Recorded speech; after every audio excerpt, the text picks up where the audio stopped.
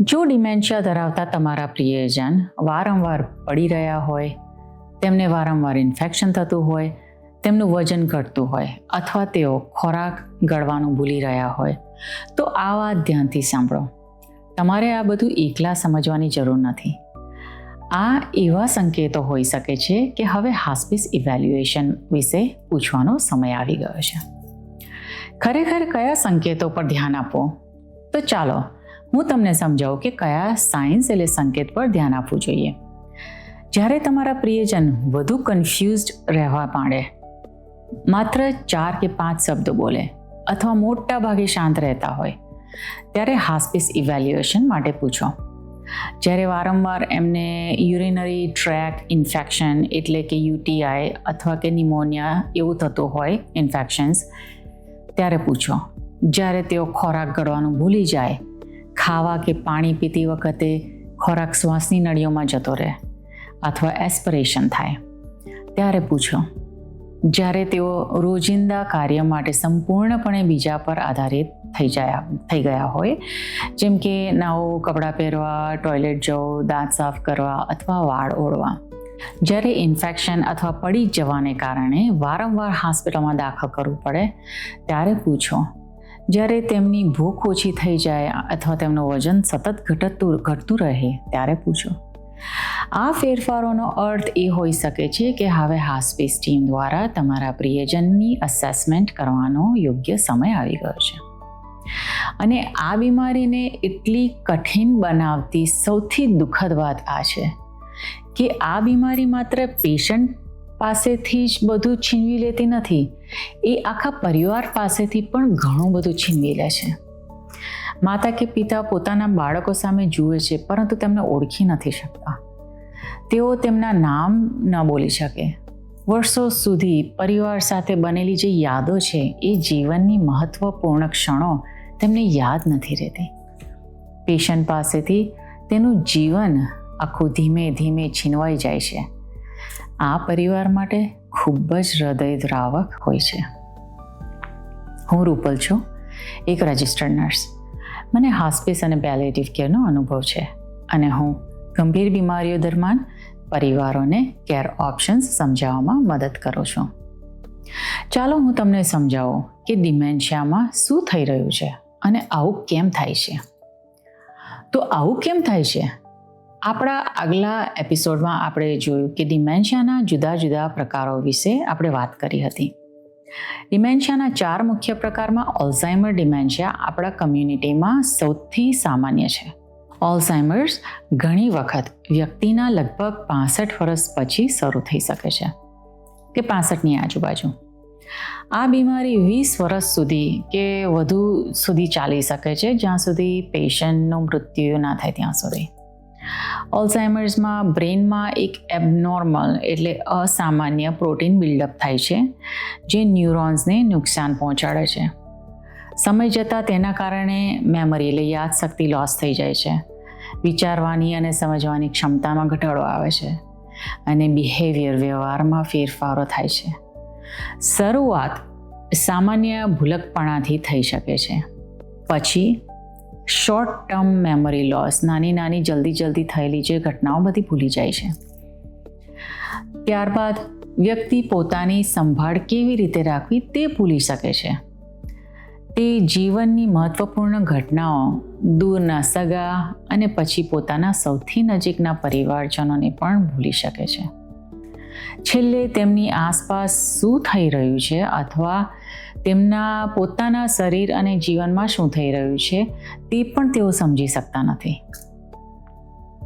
તો પ્રશ્ન એ છે, શું મારા પ્રિયજન અત્યારે હોસ્પિસ કેર માટે ક્વોલિફાય થાય?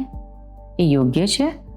આ પેશન્ટ્સ, ફેમિલીઝ અને ક્યારેક તેમના ટ્રીટિંગ ફિઝિશિયન કે પછી પ્રાઇમરી કેર પ્રોવાઈડર, એ બધા માટે બહુ જ કન્ફ્યુઝિંગ ક્વેશ્ચન છે. જ્યારે સુરક્ષા સૌથી મોટી ચિંતા બને છે, ત્યારે પેલિએટિવ કેર કઈ રીતે મદદ કરે છે તે આપણે જાણીએ. જ્યારે તમારા પ્રિયજન સામાન્ય ભૂલકપણો અને શોર્ટ ટર્મ મેમરી લોસથી આગળ વધે છે, ત્યારે પરિસ્થિતિ પરિવાર માટે વધુ ડરાવની બની શકે છે.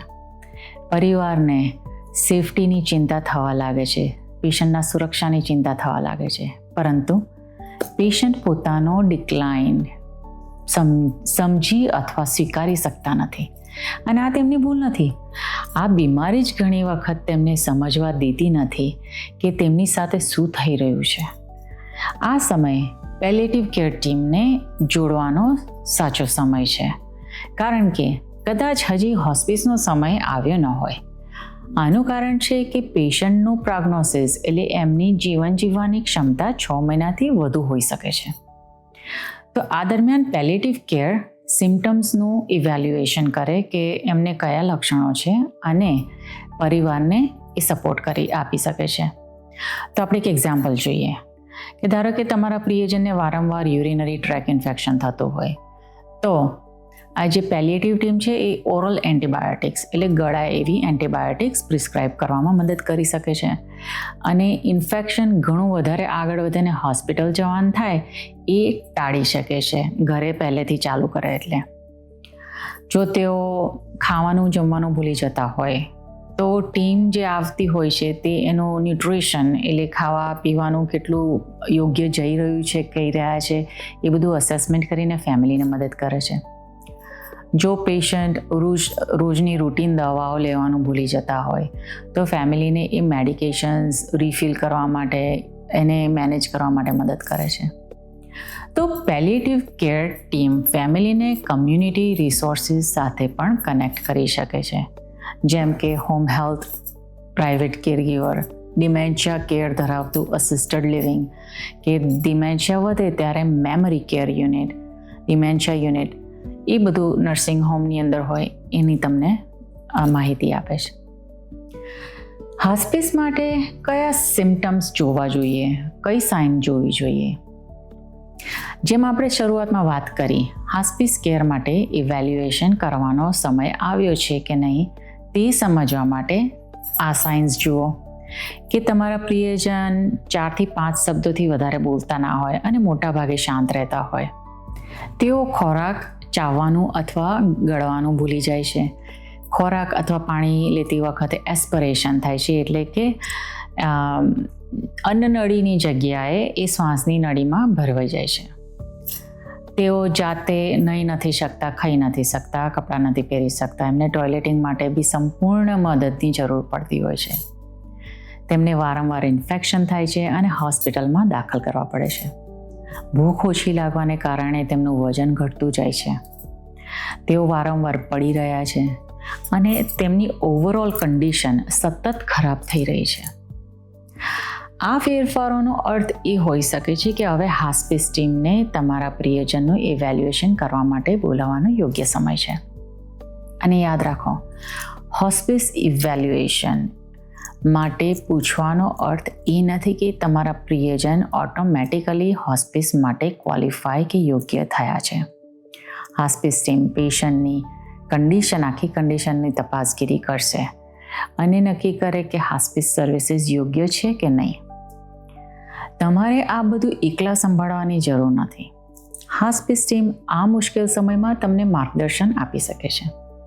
તેઓ તમને સમજાવી શકે છે કે કોનો સંપર્ક કરવો અને તમારા પ્રિયજનને સુરક્ષિત રાખવા માટે કયા રિસોર્સિસ મદદરૂપ થઈ શકે છે.